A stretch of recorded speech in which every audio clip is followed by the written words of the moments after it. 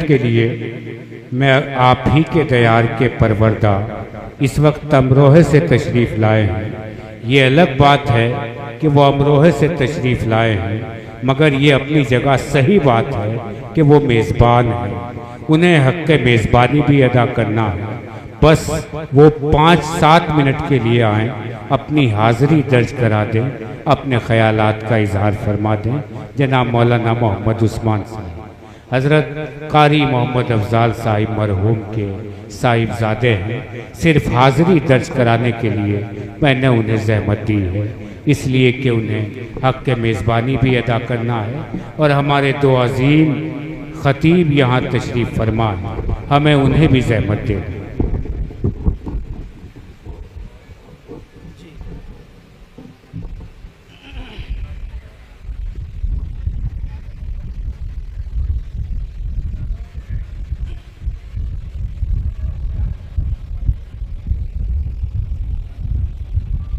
السلام علیکم ورحمۃ اللہ وبرکاتہ۔ وقت بہت مختصر ہے، آپ حضرات سے درخواست کروں گا کہ بیدار ہو کر گفتگو کو سنیں اور بیداری کا ثبوت پیش کریں۔ میں ایک مرتبہ سلام کرتا ہوں، آپ لوگ جواب دیں۔ السلام علیکم ورحمۃ اللہ وبرکاتہ۔ الحمد لله نحمده ونستعينه ونستغفره ونؤمن به ونتوكل عليه ونعوذ بالله من شرور أنفسنا ومن سيئات أعمالنا ونعوذ بالله من شرور أنفسنا ومن سيئات أعمالنا ونعوذ بالله من شرور أنفسنا ومن سيئات أعمالنا من يهده الله فلا مضل له ومن يضلله فلا هادي له ونشهد أن لا إله إلا الله وحده لا شريك له ونشهد أن محمدًا عبده ورسوله صلى الله تعالى عليه وعلى آله وأصحابه وبارك وسلم تسليما كثيرا كثيرا أما بعد فأعوذ بالله من الشيطان الرجيم بسم الله الرحمن الرحيم لقد كان لكم في رسول الله أسوة حسنة وقال الله عز وجل في مقام آخر ورفعنا لك ذكرك صدق الله العظيم وصدق رسوله النبي الكريم ونحن على ذلك لمن الشاهدين والشاكرين والحمد لله رب العالمين۔ سب سے پہلے مشیت کے انوار سے، سب سے پہلے مشیت کے انوار سے نقش روئے محمد بنایا گیا۔ سب سے پہلے مشیت کے انوار سے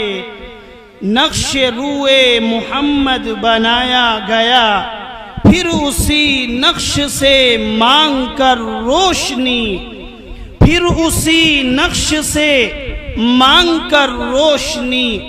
بزم کون و مکان کو سجایا گیا، اور وہ محمد بھی، احمد بھی، محمود بھی،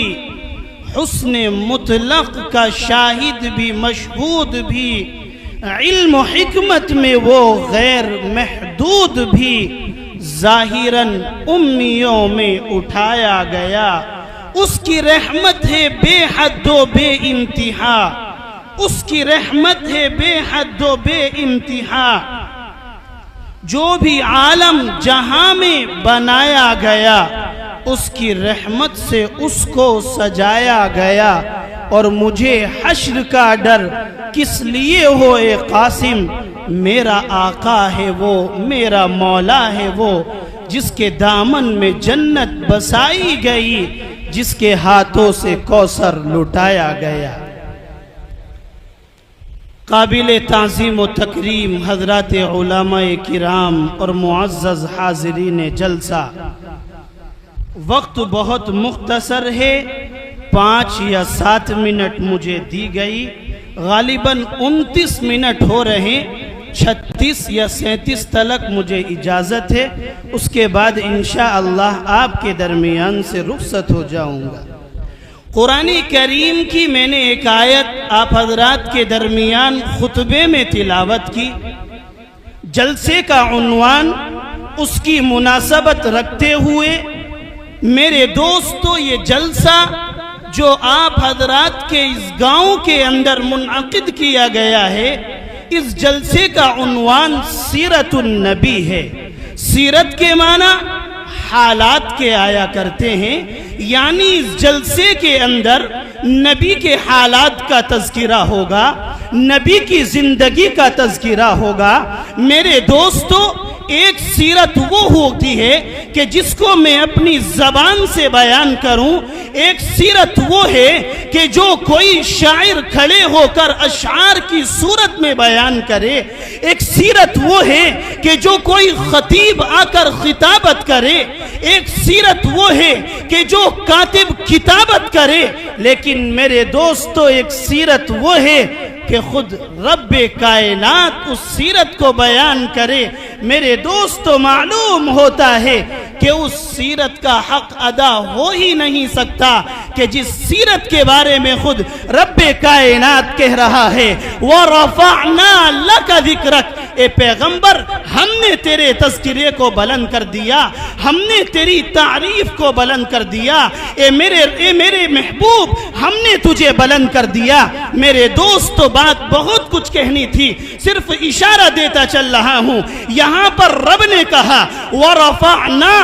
ہم نے کیا، رب نے یہ نہیں کہا میں نے کیا، بلکہ رب کہہ رہا ہم نے کیا۔ ہم جمع کے لیے آتا ہے، رب جمع نہیں، وہ یکتا ہے، وہ واحد ہے، وہ احد ہے، اس کے باوجود اس نے کہا وَرَفَعْنَا، اے پیغمبر ہم نے کیا۔ کیوں میرے دوستو، ہم قرآن کریم کی تفاسیر پر جب نگاہ ڈالتے ہیں تو ہمیں معلوم ہوتا ہے رب یکتا ہونے کے باوجود کچھ جملے اور جمع کے استعمال کرتا ہے، اور وہ تمام تر جملے وہ ہوا کرتے ہیں کہ جن جملوں میں یہ دعویٰ ہوتا ہے کہ اس کام کو ہمارے علاوہ کوئی دوسرا نہیں کر سکتا،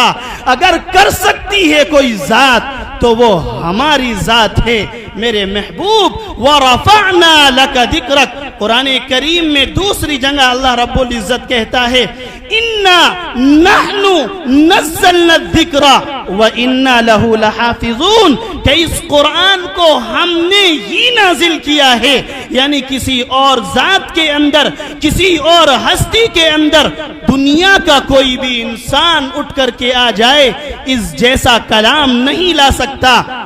اور ہم ہی اس کی حفاظت کرنے والے ہیں۔ علماء کرام کی موجودگی میں اس گفتگو کو میں نے چھیڑا، لیکن چھوڑ کر کے میں وَرَفَعْنَا لَكَ ذِكْرَكَ پہ آ رہا ہوں کہ اللہ رب العزت نے جمع کا صیغہ استعمال کیا، پھر نبی کا تذکرہ کس طرح بلند کیا، نبی کا تذکرہ اس طرح بلند کیا کہ نبی اگر رکوع میں ہیں قرآن بول رہا ہے، نبی سجدے میں ہیں قرآن بول رہا ہے، نبی غار میں ہیں قرآن بول رہا ہے، نبی ہجرت کے لیے جا رہا قرآن بول رہا، نبی کی رب سے ملاقات ہو رہی ہے قرآن بول رہا ہے، یعنی یہ کہ قرآن کریم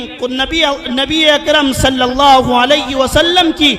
ایک ایک ادا کو بیان کر رہا ہے۔ اسی کو کہا وَرَفَعْنَا لَكَ ذِكْرَكَ، اے پیغمبر ہم نے تیرے تذکرے کو بلند کر دیا۔ اور میرے دوستو کیسے بلند کیا کہ جو چیز نبی سے مناسبت ہو گئی اس کو بھی اعلیٰ کر دیا۔ کس انداز سے آپ دیکھیں کہ دنیا میں نہ جانے کتنی چادریں ہیں کہ جو استعمال کی جاتی ہے، اعلیٰ درجے کے کمبل ہیں جو استعمال کیے جاتے ہیں، لیکن لاؤ اس چادر کی مثال جس کو قرآن کریم یا ایھا المزمل سے تعبیر کرتا ہے، لاؤ اس کملی کی مثال کہ جس کو قرآن کریم یا ایھا المدثر سے تعبیر کرتا ہے۔ یعنی اگر کوئی چادر نبی کے جسم اطہر سے ٹچ ہو جاتی ہے، مس ہو جاتی ہے، پھر کائنات کی کوئی چادر اور کوئی کپڑا اس کا مقابلہ نہیں کر سکتی۔ اشارہ دیتا چل رہا ہوں کہ اگر ایک چادر کو نبی سے مس ہونے پر مقام مل سکتا ہے، ایک کمبل کو مقام مل سکتا ہے، ایک شہر کو اس انداز سے مقام مل سکتا ہے کہ قرآن کریم میں اس شہر کی قسمیں کھائی جائے، تو میرے دوستو اجازت دو کہ وہ صحابہ کرام کہ جن صحابہ کرام کو نبی علیہ السلام کی نسبت ملی، رب نے ان کو کتنا اعلیٰ کیا ہوگا۔ آپ ہی کے علاقے میں بہت سی باتیں صحابہ کرام کے بارے میں ہوتی ہے، صرف شعر کے اندر جواب دیتا چل رہا ہوں، گفتگو کو چھیڑنے کا موقع نہیں، کہ جہاں کو جی میں آیا بگ دیا کچھ ہوش میں آؤ، جہاں کو جی میں آیا بگ دیا کچھ ہوش میں آؤ، نہ کھاؤ تم کسی پر اپنی جانوں پر رحم کھاؤ۔ اور صحابہ کو برا کہہ کر سکون سے جی نہیں سکتے، متوجہ رہیں میری طرف، کہ صحابہ کو برا کہہ کر سکون سے جی نہیں سکتے، اور نبی کے ہاتھ سے تم حوض کوثر پی نہیں سکتے۔ اشارہ دیتا چلوں ایک دوسری بات پر، 1 منٹ میری ابھی باقی ہے، گھڑی پر میری نگاہ ہے، کہ نبی علیہ السلام کا چچا نبی سے دور ہوا تو قرآن کریم کہہ رہا تبت یدا ابی لہب، یعنی ابو لہب کو ہاتھ ٹوٹنے کی بد دعا قرآن کریم کے اندر دی جا رہی ہے۔ نبی کا چچا ہے، خاندانی ہے، مال و حسرت والا ہے، تمام چیزیں، لیکن نبی سے دور ہوا، نبی سے بغاوت ہوئی تو قرآن کریم نے اس کو ہاتھ ٹوٹنے کی بد دعا دی۔ دوسری طرف اٹھاؤ وہ کالا کلوٹا بلال کہ جو نبی سے واقف نہیں تھا، جب نبی کے قریب آیا تو کتنا اعلیٰ ہوا۔ مختصر کر رہا ہوں کہ نبی جنت میں جاتے ہیں، جبریل ساتھ میں ہیں، نبی نے معلوم کیا جبریل کس کی آواز ہمارے کانوں میں آ رہی، حضرت جبریل امین نے کہا یا نبی اللہ یہ آپ کا غلام بلال حبشی ہے، یہ جب مدینے میں چلتا ہے، یہ جب مکے میں چلتا ہے، اللہ رب العزت اس کی آواز جنت میں سناتے ہیں۔ اگر تحریر کر دوں آب زر سے ان کی قربانی، بات ختم کر رہا ہوں دھیان سے سنیں، اگر تحریر کر دوں آب زر سے ان کی قربانی، یقیناً پھر بھی سمجھی جائے گی وہ میری نادانی۔ اگر تحریر کر دوں، میرے والد محترم کے یہ اشعار کہ اگر تحریر کر دوں آب زر سے ان کی قربانی، یقیناً پھر بھی سمجھی جائے گی وہ میری نادانی، اور قدم بوسی نہ کیوں فرمائیں جنت ان کی بتلاؤ،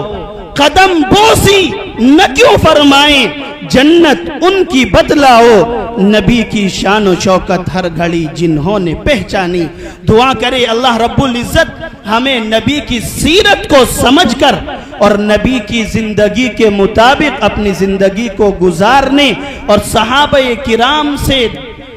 آخری دم تک محبت کرنے کی توفیق عطا فرمائے، آمین۔ وآخر دعوانا ان الحمدللہ رب العالمین۔ ماشاءاللہ، بہت مختصر وقت، بڑی قیمتی گفتگو۔ دراصل میں نے اپنا سمجھ کر انہیں مختصر وقت دیا، ورنہ حق تو یہ تھا کہ ان نوجوان عالموں کا بیان گھنٹوں گھنٹوں ہونا چاہیے تھا. جتنی دیر بھی بولے نبی تلی بات، بہت قیمتی بات کی. حضرت قاری افضال صاحب مرحوم کے صاحبزادے ہیں، ان کی یاد تازہ کر دی. اللہ مزید ترقیات سے نوازے، علم و عمل میں برکت عطا فرمائے. آئیے بغیر کسی تاخیر کے، یہ ہمارے محترم مہتاب انور صاحب کوٹ قادر سے ہیں، مولانا مہتاب انور صاحب، انہوں نے مولانا عثمان صاحب کو 500 روپے کا انعام پیش کیا ہے. بہت خوبصورت گفتگو کر رہے تھے. دے دیو بھائی.